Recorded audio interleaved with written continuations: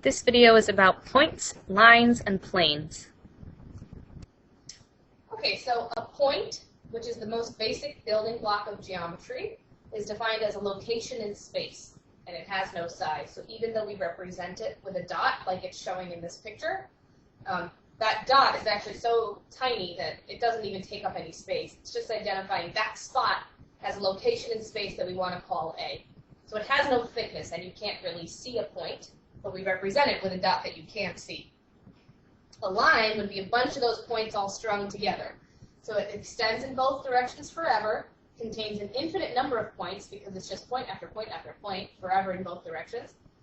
And it has no thickness because a point doesn't really exist. It's just a location in space. So when you string a bunch of those points together, it has a length, but it doesn't have any thickness.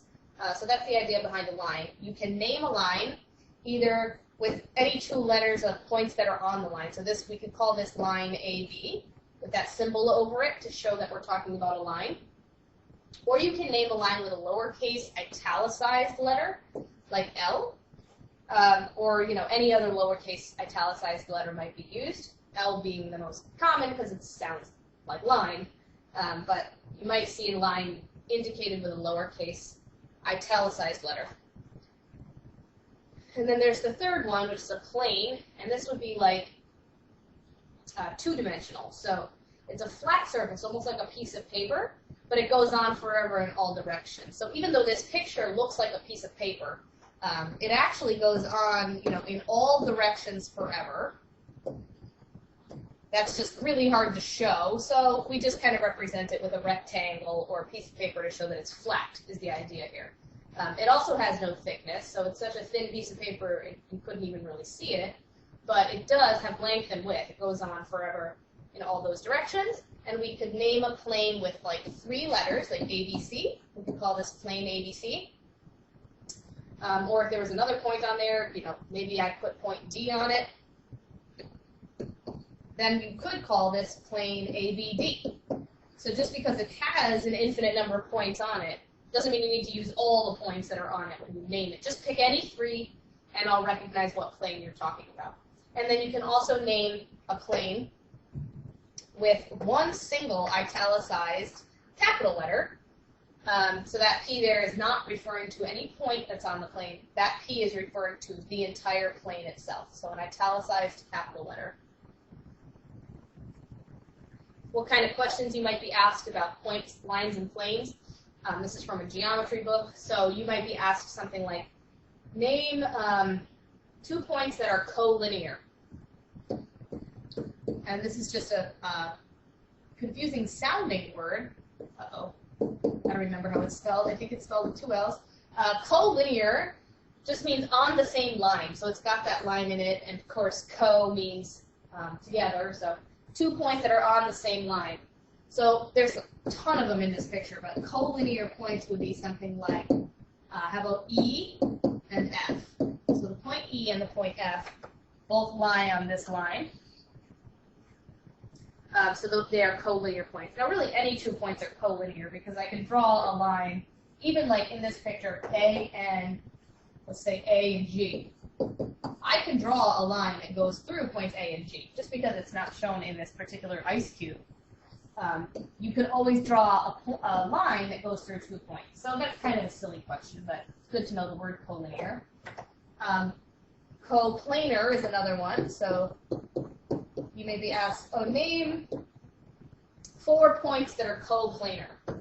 And of course it has the word plane in it, so it means on the same plane. So we'd be talking about maybe the points A, B, C, and D, right? Those points are coplanar. There's 1, B, C, and D. They're all on the plane, which represents the bottom of this ice cube, right? So they're all on the same kind of flat rectangular surface. Other questions you might be asked would be, find the intersection. This is a pretty common question when you're looking at 3-dimensional geometry. Find the intersection of, and then it'll give you 2 lines. For example, AD with maybe CD.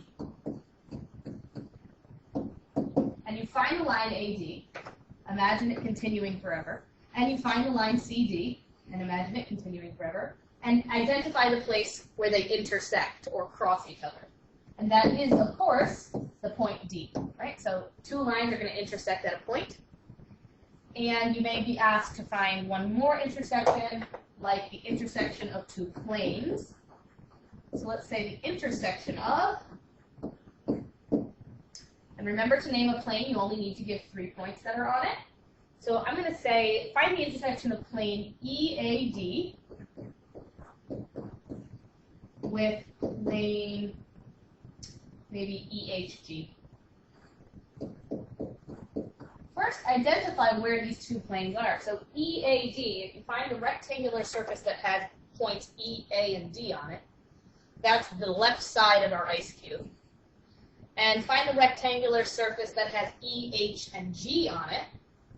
And now we're talking about the top of our ice cube. So since the question is asking for an intersection, we're looking for where does the green surface and the blue surface come together to meet. And it's helpful to sort of picture this with two pieces of paper coming to meet. When the two pieces of paper or two rectangles come to meet, the place where they touch each other is actually a line. So across this whole distance from E to H, those two pieces of paper or those two rectangles are touching one another. So to refer to that line, of course it's called EH in this picture. So the intersection of these two planes is actually the line EH. So those are the types of questions you might be asked about points, lines, and planes in a pure geometry question. You should know that the definition of a segment is that it's a part of a line. So a line segment is a part of a line that consists of two endpoints and all the points in between. So notice this has no arrows in either direction. This starts at A and stops at B and consists of all the points in between. So it's basically just a piece of a line. And when we refer to a segment, the only way to refer to a segment is by its two endpoints with this symbol over it, no arrows, so indicating that the segment is just a piece of a line starting at A and ending at B. Array is an endpoint on one side and an arrow on the other side. So yes, this is the derivation of the rays of sunshine, right? Because the sun is like the endpoint, and then the ray exits the sun and continues forever in one direction. So there's a picture AB. We would identify it by this symbol on top. So it's an arrow that points in one direction. Of course, that means it's a ray starting at A, going towards B, forever. And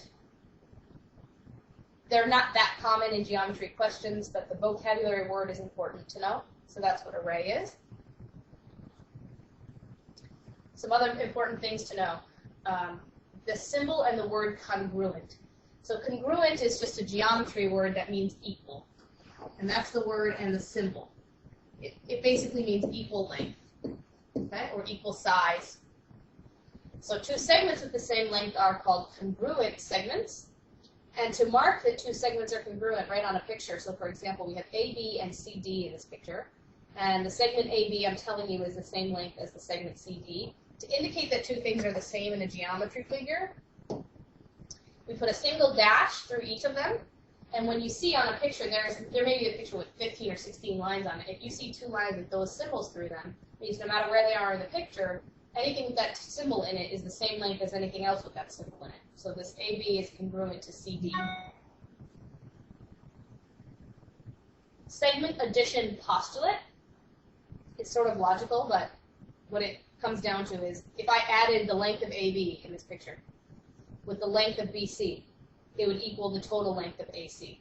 So if 3 points, A, B, and C, are on the same line, as pictured here, then AB plus BC equals AC. And I don't need to put the symbols above, because when you don't put a symbol above a segment, it means the length of. And that's actually what I am trying to say here. I'm trying to say that the length of AB plus the length of BC equals the length of AC. And that should make sense if you look at the picture. That's what we're going to apply using some algebra. So, for example, if dt in this picture equals 60, we can find x, because now I can write an equation that says ds plus st is going to equal total distance from D all the way to T. And then this is just a linear equation to solve. I have some like terms to combine. 5x minus 20 equals 60. Now it's a two-step equation. Add 20 to the other side and divide by 5. So that's the value of x. It also wants us to find ds and st. So that's applying another skill, which is substitution. So we want to be able to plug in the length of ds is going to be 2 times 16 minus 8, which is 32 minus 8, which is 24. And the length of st, substitute our 16 in place of x there. 3 times 16 minus 12, 3 times 16 is 48. And 48 minus 12 is 36. You can always check your answer. If you add 24 plus 36, sure enough, that does equal the 60 that they told us the entire distance was to begin with. A midpoint of a segment, which we've talked about before in context of the coordinate plane, but this is just pure geometry definition. Midpoint is a point that divides a segment into two congruent segments. So now that you know congruent means equal length, when I put M smack in the middle of CD here, that means that CM is congruent to MD. So notice that symbol I put. When those two segments have that single dash through it, it tells me that they're congruent. So CM is the same length as MD. That's what a midpoint does. It splits it right in half. This is also going to get applied using some algebra. So now I don't know what the total length of AB is, but I'm told that C is in the middle. C is the midpoint. Since I know that C is the midpoint, I know that this segment is congruent to this segment. Even if it doesn't look it to your eyes, you have to go by what it says in the question. They are congruent, therefore I can write the equation 2x plus 1 equals 3x minus 4 without ever knowing the total length. And this is also just a linear equation that I can solve. I'll move my x to the left, so 2x minus 3x is negative x. Move the 1 to the right, and divide by negative to determine that x is 5. But the question wants us to find AC, CD, and AB. So this is a big substitution problem. When you plug in 5 for AC, 2 times 5 plus 1 equals 11. For CB, should be the same, but I'm going to test it. So I'm going to plug 5 in here. 3 times 5 is 15 minus 4, also 11. And then add them together to figure out the total distance from A to B because of the segment addition postulate. And 11 plus 11 is 22. And that is all.